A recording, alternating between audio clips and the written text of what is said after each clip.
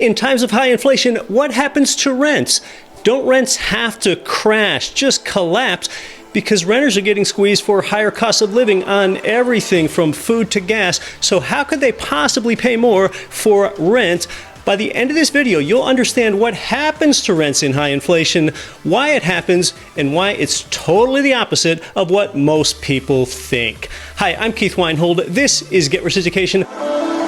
The latest annual CPI inflation number reported at 8.2%. That exceeded expectations. So inflation is entrenched. It is not going away. And you know what's even worse? The producer price index, that soared as well. That tracks wholesale prices, so it's a more forward-looking inflation measure. Consumer pocketbooks are being stretched. That's the effect here. So wouldn't high inflation mean that your tenant gets squeezed with higher prices for food and medical care and gas and electricity and airfares and everything else, meaning that they would have less money available for paying your rent? I mean, any outcome other than that could seem as unlikely as the rise of pickleball. Once again, to get the answer, I like to look at history over hunches. You often hear me saying that, history over hunches.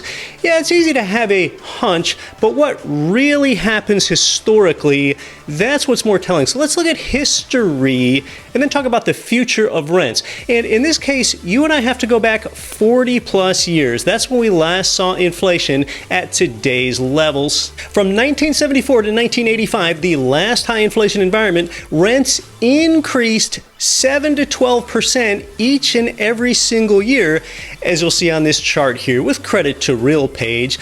And also what's noteworthy about this 11-year period, 1974 to 1985, is it's a period that included 3 separate economic downturns. And that's important because a lot of people feel that a recession is either coming or it's already here today. And you know what? Rents are soaring again today, right now in America. Rents are increasing multiples faster than average. But how? How could rents increase faster than historic norms? Because after all, American wage growth, that's only been about 5%, and that lags inflation and rent increases. So let's take a look at how that happens. But first, hey, go ahead and put a YouTube like on this video if you approve of this content and you like how I'm breaking it down for you. I'd really appreciate the like. That's just the low cost of admission around here, and there's no inflation on the price of a like. Well, rents keep soaring today in this high inflation environment. History is largely repeating itself. We're going to look at how high shortly.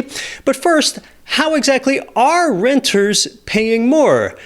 Are they having to eat those plentiful free samples at Costco and turn those things into dinner? No, it's nothing like that. There are 3 reasons why rents are rising fast despite high inflation and a possible recession. So say that you want to hike the rent on your tenant from $1,600 up to $1,800. Okay, that's a 12.5% rent increase, which, as you'll see shortly, is about how much rents are up year over year today. But the first reason why this can happen is because renters often move down a class. So some move from Class A housing, where they're paying, say, $2,500 rent, down into Class B housing to pay your $1,800 in rent, or even from Class B to C. Yeah, sometimes that's where your tenant comes from, a higher housing rung, if you will. And by the way, note that this is why here at GRE, for long-term rentals, we generally avoid investing in the highest end of the market, because in recessionary times or economic slowdowns, renters have to be able to step down from somewhere.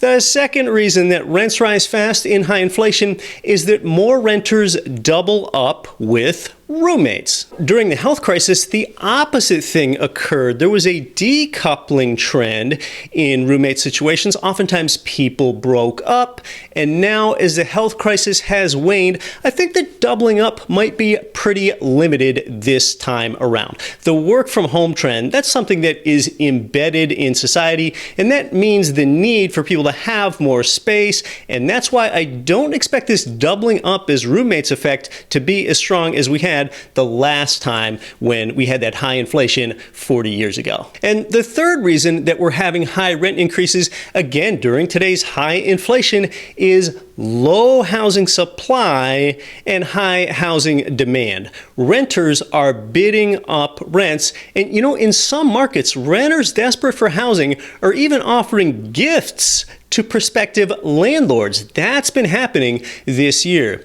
With all of the major negativity about buying primary residences that you've surely seen and read, well, this makes more people keep renting instead. Either they want to rent or they have to rent. So those are the three reasons that rents are soaring again in high inflation today. Moving up a class, doubling up, and housing's low supply with high demand. And high inflation has been entrenched for more than a year now. And what's the result? Let's take a look at the result. Sure enough, the latest CoreLogic single-family rent index, it shows us that rents are up more than 12% year over year. And for apartments, it is similar.